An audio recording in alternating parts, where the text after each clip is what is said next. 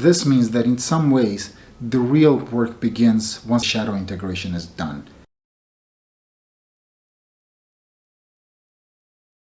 Today I want to talk about one of the more misunderstood concepts in all of depth psychology, and that's the concept of the shadow. Unfortunately, in pop psychology, shadow is usually conflated with something evil or something that needs to be purged, and that's a profound misunderstanding. Because even though evil could come from shadow, there is plenty in shadow that from ego's standpoint, we wouldn't call evil at all. Now the question is, okay, what is shadow? Shadow is the repressed, the unacknowledged, and the disowned part of the psyche. It's the reservoir of qualities and parts that once brought into consciousness, we find troubling. Shadow is always there and it cannot be eliminated because it's a fundamental aspect of our psychic architecture. Now, if shadow is always there, regardless of how grounded or pathological a person might be, then the following question is, what's the point of shadow work? The point of shadow work is to become aware of our shadow.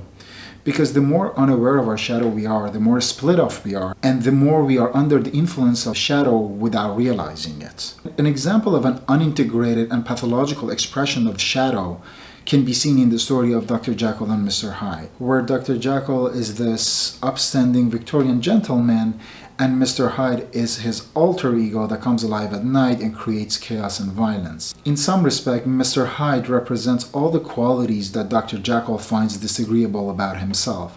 And the more he rejects those qualities, the stronger Mr. Hyde's becomes. Mr. Hyde is the pathological expression of Dr. Jekyll's unintegrated shadow. A real-life example of an unintegrated shadow can be seen in people pleasers who struggle with anger issues.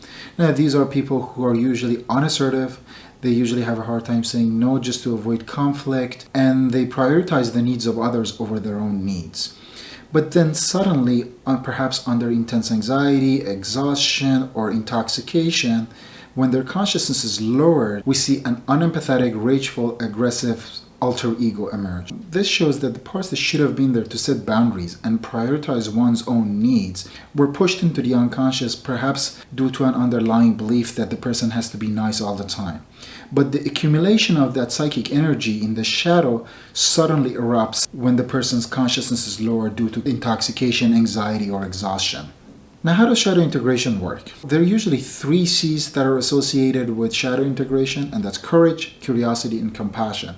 But I'm going to add another C, calmness, into the mix, and I'm going to explain in a bit how calmness can be used in the process of shadow integration. The first step towards shadow integration is having the courage to acknowledge that there is a shadow and not being scared of your shadow. Your shadow is not the totality of your personality, it's just an aspect of it that needs to be integrated and acknowledged. In shadow integration, compassion and curiosity go hand in hand. By showing compassion and kindness towards your shadow parts, you're acknowledging that you have disowned and repressed them. You are extending an olive branch to these parts, and that becomes the beginning of a dialogue with them. As the material repressed in the shadow are drawn up into consciousness, instead of judging them, study them with curiosity. Remember, these parts have already been judged enough. That's why they found a refuge in shadow. The last C in the process of shadow integration that's usually not talked about is calmness. For me to be able to explain to you why calmness plays a role in shadow integration, you have to remember what shadow is. As you remember, shadow is comprised of qualities and parts that we have found disagreeable about ourselves. So the chances are, as this repressed material are brought into consciousness, they are going to trigger some of our defense mechanisms. And it's one thing to say, do not get defensive. But to actually not get defensive, you need to feel physiologically safe.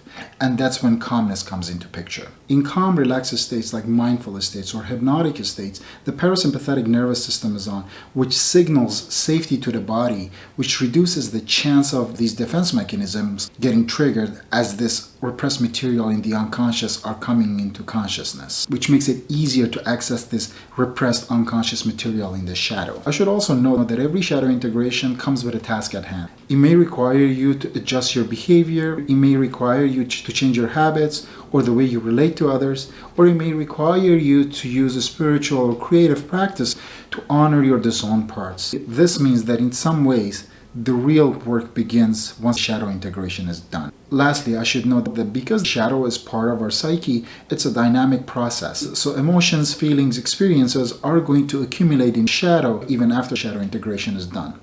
So in some sense, shadow integration is a lifetime project. You have to continuously be in dialogue with your shadow and with the unconscious, whether it's through spiritual practices, mindful practices, shadow journaling, or creative work. This dialogue between shadow and ego has to continue even after shadow integration is done. If you'd like to know more about me or my work, you can find the link in the description. You can also book a free consultation with me through my website. Thank you for watching. This is Armin signing off.